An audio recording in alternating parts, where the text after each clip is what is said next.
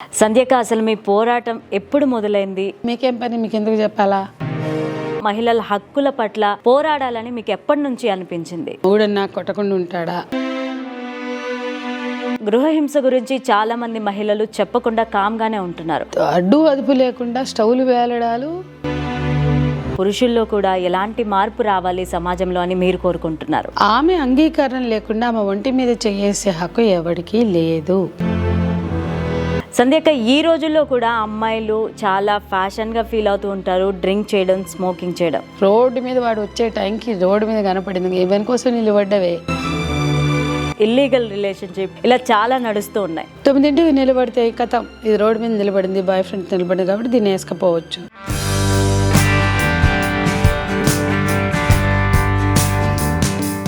Hi సంధ్యక్క, ఎలా ఉన్నారు?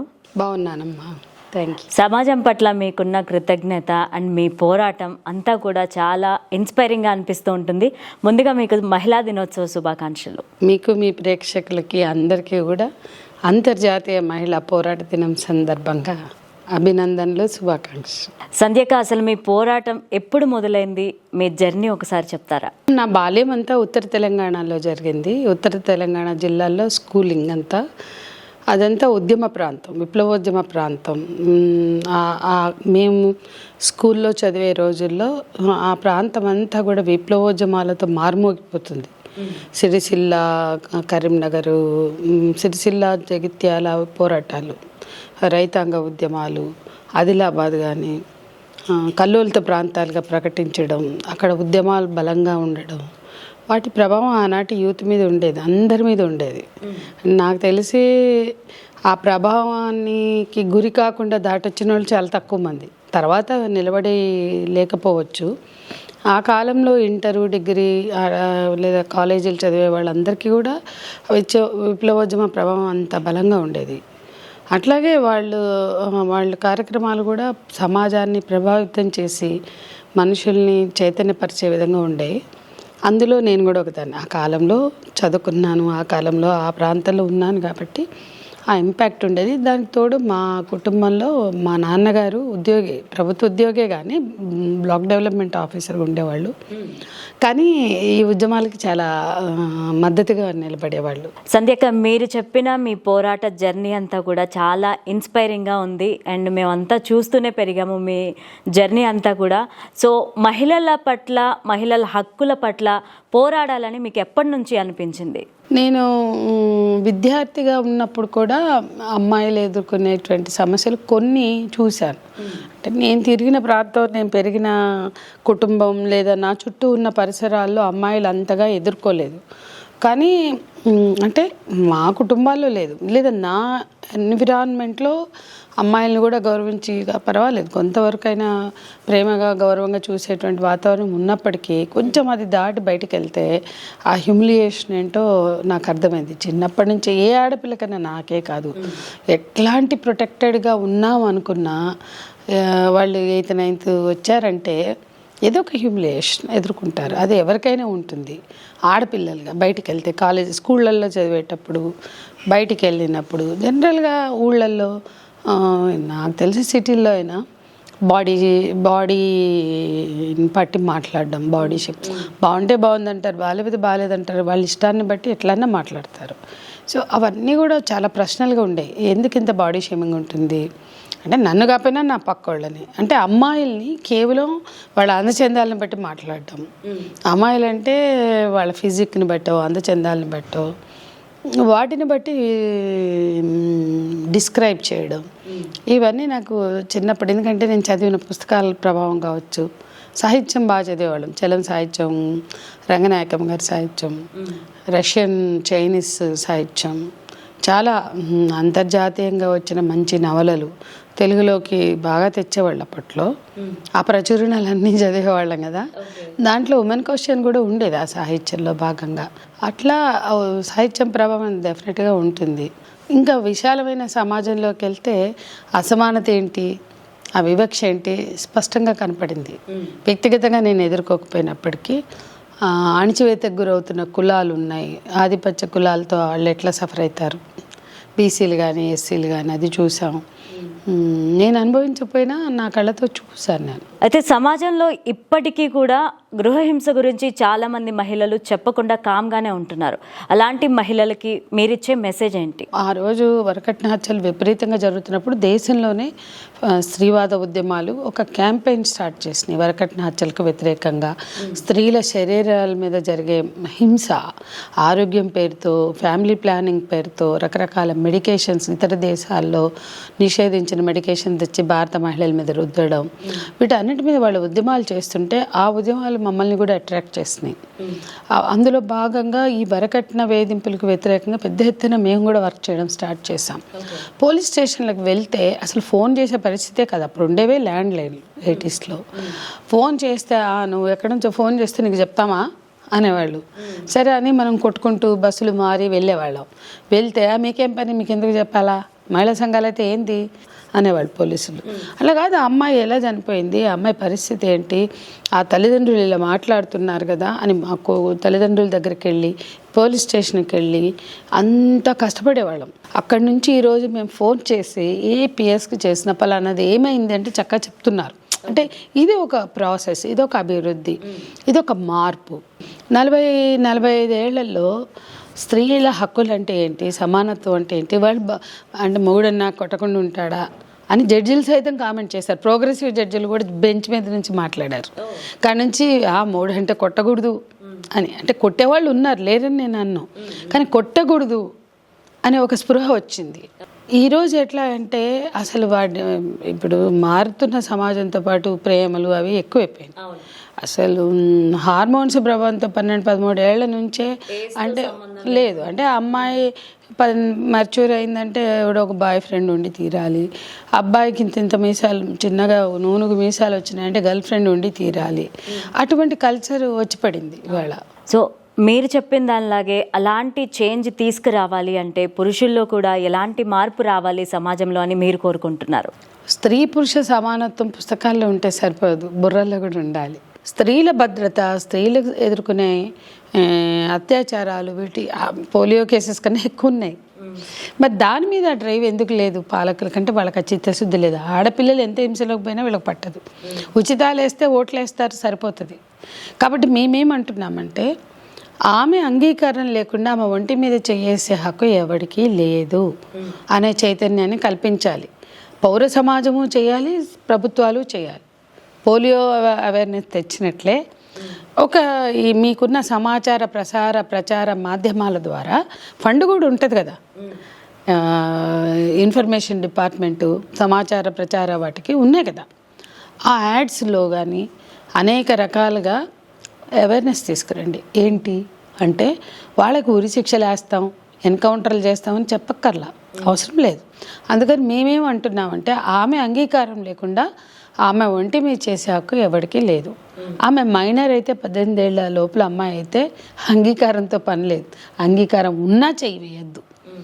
Major అయితే ఆమె అంగీకారం, అట్లీస్ట్ మనం అది తీసుకొద్దాం. సో POW అనే ఆర్గనైజేషన్ ద్వారా మీరు సమాజానికి ఎటువంటి స్ఫూర్తినిస్తూ ఉంటారు, ఎలాంటి ప్రోగ్రామ్స్ కండక్ట్ చేస్తూ ఉంటారు? ప్రగతిశీల మహిళా సంఘం ప్రధానంగా విశ్వసించేది శ్రమ విముక్తి లేనిదే స్త్రీకి నిజమైన విముక్తి లేదు. ఎందుకంటే వాళ్ళు అన్ని రకాల దోపిడీలు ఎదుర్కొంటూ కార్మికులుగా, మహిళా కూలీలుగా, శ్రమ విముక్తి అంటే దాని అర్థం శ్రామిక మహిళలుగా వాళ్ళు దోపిడీకి గురవుతున్నారు, అసమానతలకు గురవుతున్నారు. ఆడవాళ్ళు పొలంలో నడుము ఉంచి అదే చేస్తారు, మగవాళ్ళకో కూలి, ఆడవాళ్ళకో కూలి, అంటే అది అసమానత. అటువంటి అసమానతలన్నీ తొలగడం కోసం స్త్రీ పురుష సమానత్వం కోసం పనిచేయాలి. అది మా మొదటి లక్ష్యం, అంటే నిజమైన సమానత్వం కావాలి. ఇక రెండోది ఏంటంటే హింస లేని జీవితాలు స్త్రీలు హక్కుగా మేము నినదిస్తున్నాం. అది ఏ హింస అయినా కానీ, శారీరక హింస అయినా, మానసిక హింస అయినా, ఆర్థిక హింస అయినా, మౌఖిక హింస అయినా, లైంగిక హింస అయినా, ఈ 5 రకాల హింసలుగా మేము గుర్తిస్తున్నాం. సో లైంగిక హింస కానీ మనం ఇప్పుడు దాకా చాలా మాట్లాడుకున్నాం. అట్లాగే ఆర్థిక హింస, నేను సంపాదిస్తా నా ఇష్టం, నువ్వు సంపాదించింది నా చేతికి. నేను ఒక టీచర్స్ మీటింగ్కి వెళ్ళి ఎంతమంది మీరు ATM కార్డులు మీ దగ్గర పెట్టుకుంటారు, కుటుంబంకే వాడండి, ఎంతమంది పెట్టుకుంటారు అంటే 10% చేతులు ఎత్తారు. అంటే ఇప్పటికీ వాళ్ళ ఏటీఎం కార్డులు భర్తల దగ్గర ఉన్నాయని అర్థం. సో అట్లా ఆర్థిక హింస. ఇక మౌఖిక హింస, కొంతమంది ఉంటారు నీ అయ్యా నీ అవ్వ నీ తాత ముత్తాతల కాడ నుంచి ఎత్తి తిడతా ఉంటారు.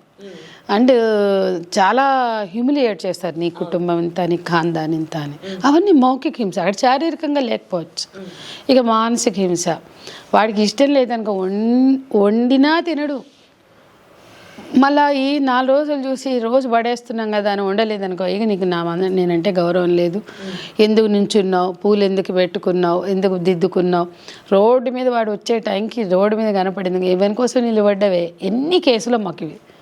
అంటే చాలా ఈజీగా వాళ్ళ భార్య అట్లా కాదని వాళ్ళకి తెలుసు, కానీ హ్యూమిలియేట్ చేస్తారు. అంటే మానసికంగా ఎవరి కోసం చూస్తున్నావు అంటే ఈ కైండ్ ఆఫ్ హ్యూమిలియేషన్ చాలామందికి తెలుసు.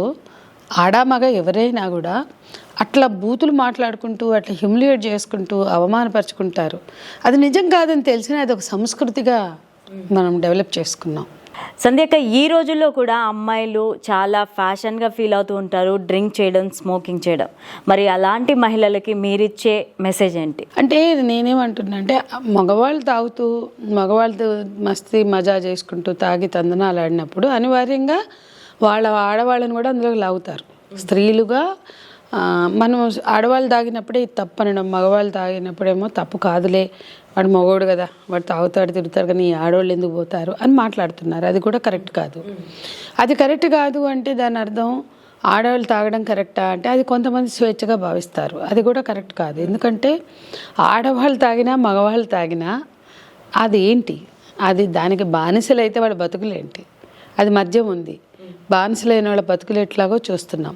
సిగరెట్లు ఉన్నాయి, సిగరెట్లు బాగా చైన్ స్మోకర్స్గా ఉండి నా కుటుంబ సభ్యుల్ని నేను చూశాను. చైన్ స్మోకర్స్గా ఉండి హెల్త్ పాడు చేసుకున్నారు. అది నా సహచరుడు కూడా చాలా స్మోక్ చేసేవాడు. మేమే సఫరర్స్, తను కూడా సఫరరే. కాబట్టి అది ఆడవాళ్ళు తాగినా అంత స్మోక్ చేస్తే వాళ్ళకైనా కూడా ఆరోగ్యానికి హానికరమే కదా. ఆడవాళ్ళకి హానికరం కాదు, లేదా ఆడవాళ్ళకి మాత్రమే హానికరం అనుకోవడం కరెక్ట్ కాదు. ఎవరికి హానికరమైనప్పుడు ఎవరైనా వాటికి బానిసలుగా మారకూడదు. సంధ్యక్క, ఇప్పుడున్న గవర్నమెంట్ మహిళలకి సంబంధించి చట్టాలని కరెక్ట్గానే చేస్తుందా? ఇంకేమన్నా చేంజెస్ రావాలి అంటారా? నిర్భయ చట్టం వచ్చినప్పుడు సోనియా గారు పార్లమెంట్లో చాలా బాగా మాట్లాడి అసలు ఒక పబ్లిక్గా 9 గంటలకి లైఫ్ ఆఫ్ పై అనే సినిమా చూసి తన స్నేహితుడితో నిలబడిన అమ్మాయిని రోడ్డు మీద 9ంటికి నిలబడుతుంది ఆ బస్ స్టాప్లో, అది కూడా బాయ్ ఫ్రెండ్తో. అక్కడ బాయ్ ఫ్రెండ్ అవునో కాదో కూడా వీళ్ళకి తెలియదు, కానీ బాయ్ ఫ్రెండ్ అని వాళ్ళు అనుకున్నారు అబ్బాయి కాబట్టి. మాట్లాడుతూ స్నేహితుడితో కూడా సినిమాకి వెళ్ళొచ్చు కదా, అది 9 గంటలే. ఆమె ఇంట్లో చెప్పి అమ్మ నేను సినిమాకి వెళ్తాను పలానా అబ్బాయితో అని చెప్పి వెళ్ళింది.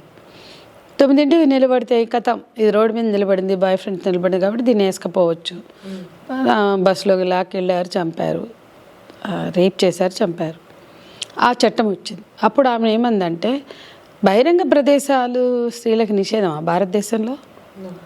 బహిరంగ ప్రదేశాలు ఆడవాళ్ళు నడవకూడదు, నిలబడకూడదా? కాబట్టి అది నేరంగా భావించి దాడి చేశారంటే దాన్ని మనం అవేర్నెస్ తేవాలి. అలాగే సంధ్యక్క, ఇప్పుడు చాలామంది మహిళలు ఎదుర్కొంటున్న సమస్య ఏంటంటే ఆఫీసుల్లో కానీ కాలేజెస్లో కానీ లేకపోతే ఇంట్లో ఉన్నా సరే పక్కింటి వాళ్ళతో కానీ అబ్బాయిలు కదిలించడము, కామెంట్ చేయడము ఇలాంటివన్నీ ఎదుర్కొంటున్నారు. చాలామంది సైలెంట్గానే ఉంటారు. వాళ్ళు బయటికి రావాలి, ప్రాబ్లం చెప్పాలి అంటే వాళ్ళలో ఎలాంటి ధైర్యం ఉండాలంటారు? ఇది చాలా అవసరమైంది, అద్భుతమైన ప్రశ్న. ఎందుకంటే వాళ్ళు అడగంగానే వాళ్ళు చెప్పంగానే ఫస్ట్ వీళ్ళనే ప్రశ్నించడంతో మొదలవుతుంది. వీళ్ళనే ఒక చూపు చూస్తారు, వాడు చూశాడు నీకట్లా తెలిసింది, నువ్వు చూస్తేనే కదా అంటారు. అక్కడి నుంచి మొదలవుతుంది. రెండోది వాళ్ళు భరించలేకో చెప్తే ఏమనుకుంటారో, చదువు మానిపిస్తారో, ఇంకేమవుతుందో అని భయంతో చెప్పరు.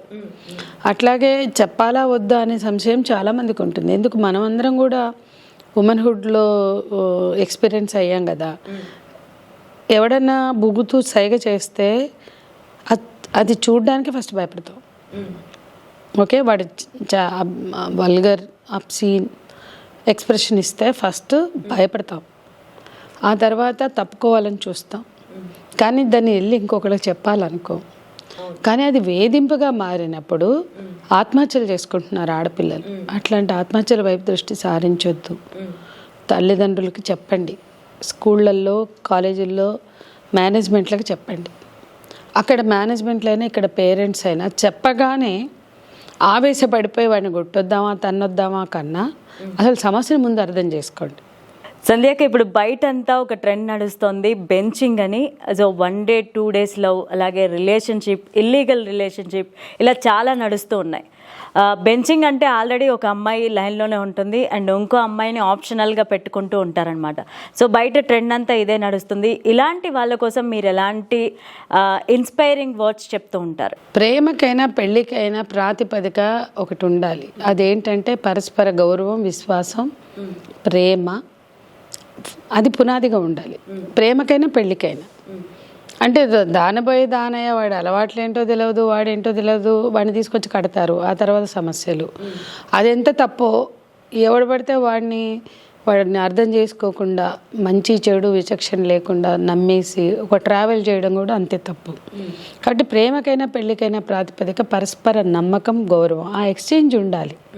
నీ వ్యూస్ ఏంటి, నా వ్యూస్ ఏంటి, నా ఆలోచన, నా ఇష్టాలు, నా కెరియరు, నా ఎయిమ్, నా లక్ష్యాలు అని అమ్మాయికి అబ్బాయికి, అదేదో అమ్మాయికే ఉండాలి అబ్బాయికి అక్కర్లేదు అని కాదు. అమ్మాయికి అబ్బాయికి ఇద్దరికి లక్ష్యాలు ఉంటాయి, కెరియర్ ప్లానింగ్స్ ఉంటాయి. వాటిని ఎక్స్చేంజ్ చేసుకోవాలి. ఆ మేరకి వాళ్ళు ఒక ఎక్స్చేంజ్లో భాగంగా ఒక కన్విక్షన్కి రావాలి, ఒక కమిట్మెంట్కి వెళ్ళాలి. అది ప్రేమైనా పర్వాలా. ప్రేమ అంటే ఇంటర్కే అసలు ఏం చదువుతారో తెలియదు, అట్లా ఆగమైన వాళ్ళు ఎంతమంది మెరిట్ పిల్లలు కూడా. కాబట్టి జీవితాలని ఆగం చేసుకుని విధ్వంసంలోకి వెళ్ళేది ప్రేమ కాదు, పెళ్ళి కాదు. కాబట్టి పెళ్లి పేరుతో అయినా ప్రేమ పేరుతో అయినా ఒక విధ్వంసంలోకి వెళ్లకుండా జాగ్రత్త పడాలి. పెళ్ళైనా కన్స్ట్రక్టివ్గానే చేయాలి, ప్రేమ అయినా కన్స్ట్రక్టివ్గా ఉండాలి. అంటే కులము, అందము, ఎత్తులు, లేకపోతే ఆస్తులు, ఆ లెక్కలే కాదు. ఆ లెక్కలు చేసుకుంటున్నారు చాలామంది. అవి కావు అసలు లెక్కలు. అసలు క్రైటీరియా ప్రామాణికతలు అవి కావు. నిజమైన ప్రామాణికత అమ్మాయిని అతను రెస్పెక్ట్ చేస్తున్నాడా, నిజంగా ఇష్టపడుతున్నాడా, ఆ తర్వాత ఆమెతో జీవితాంతం నిలబడడానికి సిద్ధపడుతున్నాడా, అది చూసుకోవాలి. అమ్మాయి అయినా అంతే. వీడు కాకుండా ఇంకోటి ఎవడో బెటర్ చాయిస్ అనుకుంటే వీడిని డిచ్చికొట్టి వెళ్తే వాడు పాపం సఫర్ అవుతాడు. కాబట్టి ఈ పరస్పర మోసం, పరస్పర ఎక్స్‌ప్లాయిటేషన్ ప్రేమలో పెళ్ళిళ్ళలో ఉండకూడదు. అది క్రైటీరియాగా డిసైడ్ చేసుకోవాలి. అయినప్పటికీ కూడా ఇంకేమైనా సమస్యలు వస్తే వాటిని పరిష్కరించుకోవడానికి ప్రయత్నించాలి. సమస్యలు లేకుండా ఎవరి జర్నీ సాగదు. కానీ ఆ సమస్యలను పరిష్కరించుకుంటూ 2 కుటుంబాలని ఓన్ చేసుకుంటూ ఆ రిలేషన్షిప్లో ఇరువైపులా కుటుంబాలని ఓన్ చేసుకుని రెస్పెక్ట్ చేసుకుంటా రిలేషన్షిప్స్ ఉంటాయి. సో ఇప్పటి వరకు మీరు చెప్పిన మాటల్లో గృహహింస, అలాగే అమ్మాయిల మీద హెరాస్మెంట్, ఇవన్నీ కూడా చాలా వరకు తగ్గాయి. అండ్ భ్రూణ హత్యలు ఇప్పటికీ కొనసాగుతున్నాయా, ఏమైనా తగ్గాయా, మార్పు ఏమైనా వచ్చిందా? భ్రూణ హత్యలు ఇప్పటికీ జరుగుతున్నాయి. పిఎన్డిటి యాక్ట్ వచ్చి ఇన్నేళ్ళైనా ఎందుకు భ్రూణ హత్యలు జరుగుతున్నాయంటే అబ్బాయి ఉంటేనే వారసుడు. ఇప్పటికీ కూడా మా ఇంట్లో వాచ్మెన్ 4 ఆడపిల్లలు కానీ, ఏదో వాచ్మెన్ అతను, కానీ 4 ఆడపిల్లలు కానీ అబ్బాయిని కన్నాడు. అంటే వాళ్ళకి ఉన్న స్థితిని, స్తోమతను బట్టి కాకుండా, అట్లాగే ఒక ఇంజనీర్ కేసు వచ్చింది. ఫస్ట్ అమ్మాయి అయినా అబ్బాయి అయినా అంత పట్టించుకోరు, కానీ ఇంకా రెండోసారికి వచ్చే వరకు అలర్ట్ అయిపోతారు. అమ్మాయి ఉంది, మరి అబ్బాయి లేకపోతే ఎట్లా? భ్రూణ హత్య చేయడానికి సిద్ధపడతారు. ఆ తల్లి ఒప్పుకోలేదనుకో, అయితే నిన్నే వదిలేస్తాం. ఈ కేసులు బాగా వస్తున్నాయి. కాబట్టి డాక్టర్లు స్కానింగ్ సెంటర్లలో పెద్ద నిషేధం ఉంది, చెప్పకూడదని. వెంకటేశ్వర స్వామి దయ అంటారు, తెలిసిపోతుంది. సరస్వతి, లక్ష్మీదేవి ఫోటోలు పెడతారు అక్కడ క్యాలెండర్. లక్ష్మీదేవికి లేదా కనకదుర్గమ్మ దయ అంటారు కదా, ఆడ తెలిసిపోతాయి అంటే చెప్తున్నాం. కాబట్టి ఈ అబార్షన్స్ డబ్బుల కోసం చేసే హాస్పిటల్స్ ఉన్నంత వరకు జరుగుతాయి. కొంతమంది మొరటి పద్ధతుల్లో కూడా చేస్తే సఫర్ అవుతున్న వాళ్ళు కూడా ఉన్నారు. కాబట్టి అబ్బాయి అమ్మ అది ఒక సైన్స్. ఆడవాళ్ళకి ఎక్స్ క్రోమోజోమే ఉంటుంది. మగవాడు ఎక్స్ ఇస్తే ఆడపిల్ల పుడుతుంది, మగవాడు వై ఇస్తే అబ్బాయి పుడతాడు. కాబట్టి అబ్బాయి అయినా అమ్మాయి అయినా డిసైడింగ్ ఫ్యాక్టర్స్ మగవాళ్ళ నుంచే ఉన్నప్పుడు ఎందుకు ఆడవాళ్ళని హింసిస్తారు? ఇప్పటికీ కూడా నువ్వు ఆడపిల్లల్ని కన్నావు కాబట్టి అసలు నాకు ఇంకా ఆశ్చర్యం వచ్చి, ఏందమ్మా ప్రాబ్లం అంటే, నేను 2 ఆడపిల్లల్ని కన్నా కాబట్టి అంటారు. అది నిజంగా నాకు నమ్మాలనిపించేది కానీ వాస్తవం. ఎందుకంటే మాట్లాడినప్పుడు ఇట్లా జరిగిందా అనే అత్తనో భర్తనో అంటే, అవును మేడం మరి మా వారసత్వం ఉండట్లేదు కదా అంటున్నారు. అసలు వాళ్ళు చెప్పినప్పుడు నేనే నమ్మను, కానీ అది నిజమని తేలుతుంది. మీరు ఇంత పోరాటం చేస్తూ ఉంటారు, సమాజంలో మహిళలందరి కోసం పోరాటం చేస్తూ ఉంటారు. అలాగే మీ ఇంట్లో మీ పోరాటం ఏ విధంగా ఉంటుంది, మీ ఇంట్లో ఎలాంటి వాతావరణం ఉంటుంది, అండ్ ఈ రెండింటిని ఎలా బ్యాలెన్స్ చేయగలుగుతున్నారు? నా జీవితం అంతా నా కుటుంబానికి కూడా న్యాయం చేయడానికి, లేదా నా కుటుంబంలో నా బాధ్యతలు సక్రమంగా నిర్వర్తించడానికే నేను స్ట్రగుల్ అవుతున్నా. ఇప్పుడు కూడా ఒకప్పుడు బిజినెస్ చూసేదాన్ని కాదు, గవర్నమెంట్ జాబ్ వదిలేశాను. అప్పుడు గవర్నమెంట్ జాబ్ చేసినప్పుడు కుటుంబము, గవర్నమెంట్ జాబు, ఉద్యమాలు 3 సమన్వయం చేసుకుంటూ చాలా స్ట్రగుల్ అయ్యాను. ఒక క్రమంలో మా హస్బెండ్ అన్నాడు, ఉద్యోగం మానేయచ్చు అంటే తీసేశారు నన్ను. చంద్రబాబు గవర్నమెంట్లో Chandrababu criticising honourable CM Chandrababu, participating in anti governmental activities, ప్రభుత్వ వ్యతిరేక కార్యకలాపాల్లో పంచుకుంటున్న POW ప్రెసిడెంట్ అని నన్ను ఉద్యోగం నుంచి తొలగించారు. తర్వాత కోర్టులో వేసి గెలిచి మళ్ళీ ట్రాన్స్ఫర్ చేస్తే కడపకి, అప్పుడు మానేశా. అప్పుడు నా హస్బెండ్ నాకు సపోర్ట్ ఇచ్చాడు, నువ్వు నీ ఇష్టమైన ఉద్యమాలే చేసుకో, ఉద్యోగం మానే. అట్లా ఉద్యోగము మానేసిన, కుటుంబము ఉద్యమాల్ని బ్యాలెన్స్ చేస్తూ నేను ఇన్నాళ్ళు. ఇప్పుడు అనివార్యంగా బిజినెస్ కూడా చూడాల్సి వచ్చింది నాకు. తను నా సహచరుని కోల్పోయాను కాబట్టి ఇప్పుడు కూడా సమన్వయం చేసుకుంటున్నా. కాబట్టి ఎప్పుడు కూడా నా 44 ఏళ్ల నా జీవితంలో నేను నా కుటుంబ జీవితాన్ని, ఉద్యమాల్ని స్ట్రగుల్ అవుతాం, పెయిన్ ఉంటుంది, చాలా ఉంటాయి, కానీ బ్యాలెన్స్ చేసుకోవడానికి ప్రయత్నం చేసాం. అక్కడ సక్సెస్ఫుల్గా నిలబడ్డాం. సమాజంలో ఉన్న మహిళల కోసం మీరు ఎన్నో రకాలుగా పోరాడుతూ ఉంటారు, మీ మీద చాలా కేసులు కూడా అయ్యాయి.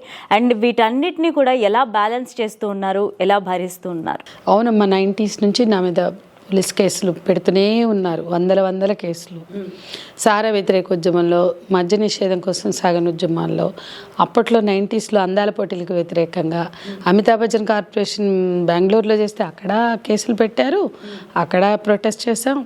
మిస్ ఆంధ్ర అని, మిస్ టూరిజం ఇంటర్నేషనల్ అని 90 కంట్రీస్ వచ్చి చేస్తుంటే దాన్ని అడ్డుకున్నాం, అప్పుడు కేసులు పెట్టారు. అట్లా అందాల పోటీలకు వ్యతిరేకంగా ఉద్యమాల్లో, ఒకప్పుడు డిస్కోతేకులు, తర్వాత కొంచెం పబ్ కల్చర్ని మొదట్లో మేము బాగా ప్రొటెస్ట్ చేసాం. ఇంక తర్వాత ప్రభుత్వాల పాలసీలు కాబట్టి ఇక ఎంతకాలం చేయగలుగుతాం, అదేదో మహిళా సంఘాలు మాత్రమే చేస్తే ఆగుతాయా?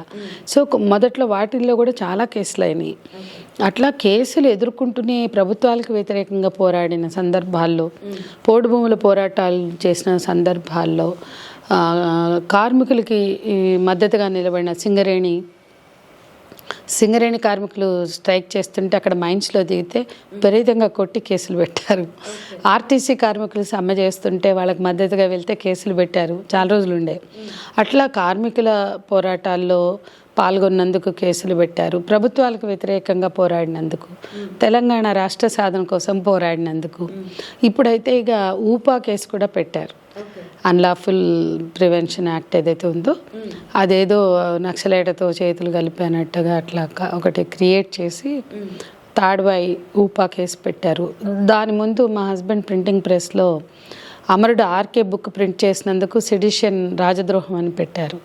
అట్లా కేసులేం కొత్త కాదు. ఒక మాటలో చెప్పాలంటే అన్ని ప్రభుత్వాలు, అందరూ పాలకులు మీకు ఆ పదవి ఇస్తాం, రాజ్యసభ ఇస్తాం, మహిళా కమిషన్ ఇస్తామని ఆఫర్లు చేశారు. నాకు ఏ పదవులు వద్దు అన్నప్పుడు సన్మానాలు, సత్కారాలు, అవార్డులు ఇస్తామన్నారు. అవార్డులు వద్దు, పదవులు వద్దు అంటే అయితే ఇక కేసులు తప్పనిసరి అన్నట్లుగా. అంటే నేను నాదైన స్టైల్లో చెప్పేది ఏంటంటే, పదవులు ఆఫర్ చేశారు, పదవులు వద్దంటే కేసులు ఆఫర్ చేశారు. అన్ని ప్రభుత్వాలు కేసులు పెట్టినాయి. తెలంగాణ కోసం పోరాడి, తెలంగాణ ఉద్యమ కాలంలో మనందరికన్నా సంధ్యకి ఎక్కువ తిరుగుతుంది అని కేసీఆర్ చెప్పారు. కానీ ఆ కేసీఆర్ ప్రభుత్వం కూడా చాలా కేసులు పెట్టింది, ఊపా కూడా వాళ్లే పెట్టారు.